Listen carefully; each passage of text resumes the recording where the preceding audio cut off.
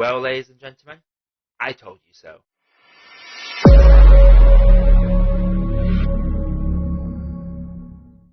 The Batman follows a new Batman who's only been on the streets for a couple of years, but after a mysterious figure known only as the Riddler commits a high-profile murder, it sends our young Bruce Wayne down a path that unmasks the city's corruption piece by piece. Hello everybody, my name is Josh in Movie Apprentice, and as you can probably tell, I am feeling very smug right now because a couple of years ago I did do a video on Matt Reeves as why I think he's an underrated director and how I feel like when the Batman came out, he would prove a lot of people wrong and his name would be suddenly in the spotlight, and he has f***ing done it, hasn't he?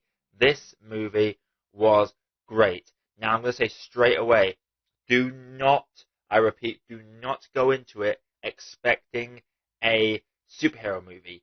Don't even go in expecting a standard comic book movie. This is very much a bit of noir mixed with some horror elements, mixed with some thriller. There are a lot of parallels, you can say, with the movie Seven.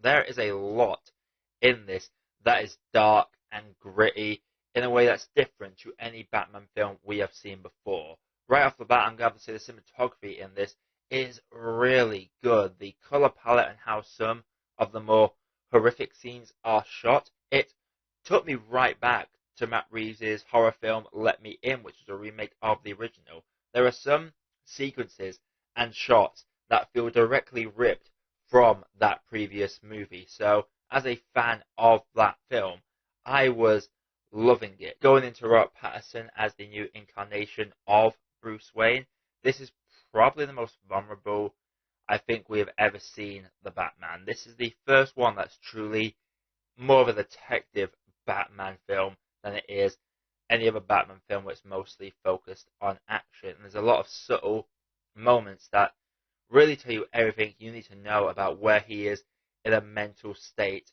in the early elements of the film. The opening sequence just spelling out how the Batman figure is really a monster in the darkness for the villains. The fact that the Bat Single actually deters some villains from committing their crimes. They know he's out and about and they do not want to be beaten up next. It's a very clever use, and it really emphasizes the horror that the low-level villains would fear when it comes to the Batman coming out to get them. That I thought was a very great touch and really emphasizes just how terrifying it must be for them villains. But Bruce's mental state as well, he is effectively on that edge already. He doesn't kill 100%, he does not kill in this, but he certainly rides the line close, and some of the hard hits, there is definitely some permanent damage being done to some of these villains. This guy is an agent of pure vengeance, and that, in a way, leads into his big villain in this, the Riddler. Because the Riddler in this is, I have to confess, as much as Paul Dano is a good actor, I was worried about Riddler being the main villain, because the Riddler's always been sort of this comical character who's been all about the riddles, and even in the games, he's more of just giving you the collection side quest. Isn't really a threatening villain.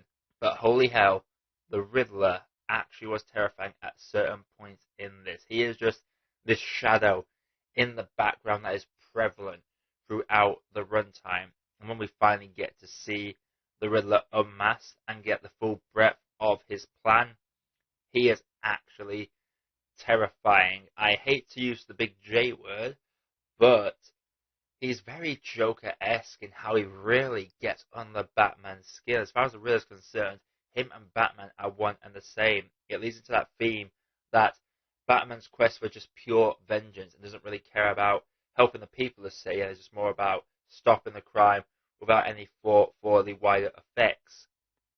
Is something that opens the floodgates for an individual like the Riddler to come forward and try and get into Bruce Wayne's head. Now, there is a great few sequences in this, and the highlight for me has to be a certain exchange between the Batman and the Riddler that I will not spoil, but trust me, I'm going to be doing a spoiler review of this for the next few days after the weekend's up. But that sequence, that conversation, that double take is really, really well executed. I have to give the film big praise for the fact that I was expecting a twist when it came to the Riddler's character, but it never came, and I'm kind of glad it didn't. I love the mystery around this character. The film can take a while to finish because the ending does sort of drag on a little bit, and there are some elements in the early stages of the investigation where you're liking the film, it's good, but it's not amazing. You're just watching another Batman movie. But around the halfway point, when more and more layers of Gotham's corruption and secrets come to light, that is when it really hits the ground and does not let you go. It grabs you by the collar and just drags you down a fantastic little movie. All the side characters are really good as well. Zoe Kravitz is a fantastic Catwoman. I love the mannerisms she gets from Catwoman. Her attraction to this idea of the Batman is a great exchange they have towards the end of the movie that I really enjoyed. Also, Colin Farrell as the Penguin. He was freaking brilliant. I'm kind of heartbroken that apparently Colin Farrell was not permitted to smoke as the Penguin on set for just censorship reasons. It was kind of a shame because there were so many scenes where you just picture Penguin with that pipe in his mouth. We also have a very good representation of Falcone in this. This is probably the best incarnation of Falcone that we have received on a Batman movie. He's appeared in like some shows and stuff, but in terms of the Maroni and Falcone families appearing in the movies, they never really play a big part. So it was nice to see Falcone getting a more prevalent role in this. I do wish we got to see a bit more of Andy Serkis as Alfred, but whenever they do bring Alfred in, he's always there to serve a purpose and act as Bruce Wayne's guide, his moral compass, his surrogate father figure. I stand by, we have never ever had a terrible Alfred on the screen. I actually argue that we've never actually had a bad Penguin either. Like, Batman's characters just work really well, and there are so many really good standout scenes. There is a hostage scene that is absolutely brilliant. There is a sequence towards the end that just fits perfectly, and there is a moment of dread later on where you are worried that all is going to go badly, because there is a small element of this film where you feel like Batman might actually lose. I appreciated that in this movie, Batman is a brilliant detective, but he makes mistakes, both physically and psychologically. He makes several mistakes in this movie. He is still new. He is still green. Even though he's been doing it for a couple of years, he still has them elements of human error that really humanizes the character, which I thought worked really well. I especially love this new thing introduced where what Batman does is he wears his contacts that record everything when he's out doing his Batman stuff, and then he'll go home to the Batcave afterwards, take them off, import the footage, and scrub through the footage for the night to see if there's anything he might have missed while he was out and about. That was a great little sequence. I especially love that when you see him take the contacts off for the first time, how red this guy's eyes are. The whole balance of he's more Batman than Bruce Wayne in this. He does not care about the Bruce Wayne side of his relationships or his family's legacy. He's very much just a vengeful bat trying to rid the streets of crime. And it's just great how we see the progression from this vengeful Batman to the Batman we get at the end, because he goes through quite a journey.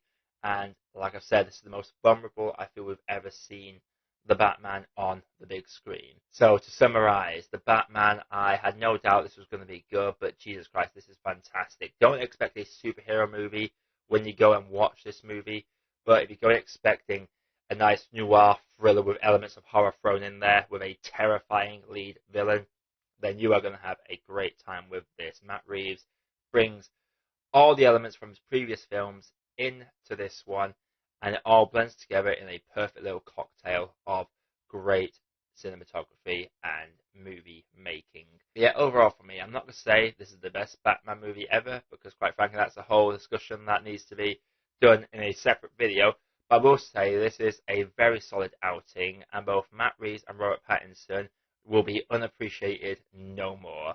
The Batman for me is a great cup of tea. So The Batman, have you seen it? Who's your favourite character? Let me know what you thought down in the comments below. Who is your favourite Batman villain portrayal in this movie? Because there are a few villains and anti-heroes in this. Tell me who you enjoyed the most. Coming up on the channel, I'm going to do a small review of Cyrano, because I feel that's a movie I really want to talk about. I did watch The Godfather for the first time a few days ago as well. That I I'm debating doing a video on, so do let me know if you want to see that again in the comments, or let me know on socials. But until next time, everybody, my name is Josh, I've been your movie apprentice, and I'll see you all